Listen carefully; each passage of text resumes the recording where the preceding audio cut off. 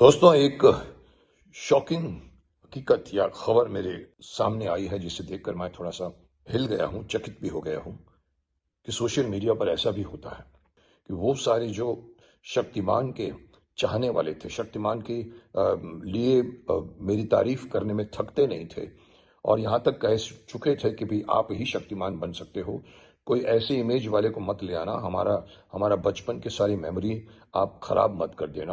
और मैं हैरान हो गया हूँ कि टर्न अबाउट करके सडनली एक ऐसी जमात आ गई है जो जो कहती है कि अरे देखो देखो देखो, इस उम्र में ये शक्तिमान बनने की कोशिश कर रहा है। ये उम्र क्या होती है? मैंने उनको कहा था कि मेरी उम्र 160 साल है। उम्र शक्तिमान की कोई नहीं होती, भीष्म पितामह की कोई नहीं होती, कलाकार की कोई उम्र नहीं होती। लेकिन रिसेंटली मुझे किसी ने एक फैक्ट, एक मुझे अंदर की बात बताई कि साहब, आपको, आपके खिलाफ एक मुहिम चली है, कई लोगों को पैसे बांटे गए हैं, जिन लोगों को पैसे मिले उन्होंने भी बताया है और उन्होंने आकर आपको रिडिक्यूल करना शुरू कर दिया कि इस उम्र में भी मुकेश जी शक्तिमान बनना चाहते हैं। वैसे ही पहले से ही मैं सोच रहा था कि ये सोची समझी एक मुझ पर अटैक है या शक्तिमान पर अटैक है, क्योंकि 1997-2000 के बीच में भी इस तरह का एक मुहिम चला था जहां पर शक्तिमान को बदनाम किया गया था और बाद में हमने कोर्ट केस में उनको हमने रॉन्ग साबित किया था कि कोई ऐसा नहीं हो रहा है। आज भी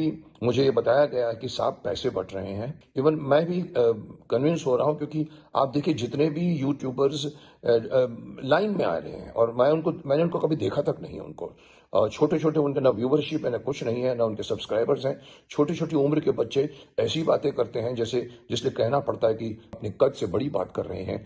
ऐसे मजाक करते हैं आके शक्तिमान का, ऐसे मजाक करते हैं कि शक्तिमान को अभी बंद हो जाना चाहिए, शक्तिमान नहीं बनने वाला है और शक्तिमान की ड्रेस जो है मुकेश जी उतारना नहीं चाहते। ऐसी ऐसी स्टूपिड और ना समझ बातें करने वाले भी मुझे छोटे मुंह बड़ी बात लगती है। आप देखिए जितने भी यूट्यूबर्स हैं, आपने कभी उनको शायद देखा, मुझे नहीं पता, आ गए हैं सडनली और ऐसे ऐसे थंबनेल बना के लिखते हैं ऊपर से, अरे ये तो बुढ़ा हो गया है, अरे अरे इस उम्र में शक्तिमान। जिस तरह से वो बातें करते हैं, जिस तरह से एक्सप्रेशंस देकर बातें करते हैं, मैं कन्विंस हो गया हूं कि लोगों को बोलने के लिए तैयार किया जा रहा है एक सुनियोजित किसी कैंप की तरफ से। मैं यहां तक भी कहूंगा कि किसी कैंप की तरफ से, ताकि मुकेश खन्ना शक्तिमान जो है वो डेफिनेटली ना बने। और मैं कह रहा हूं कि मैंने कभी नहीं कहा कि मैं नया शक्तिमान हूं, मैं तो पुराना शक्तिमान हूं साहब।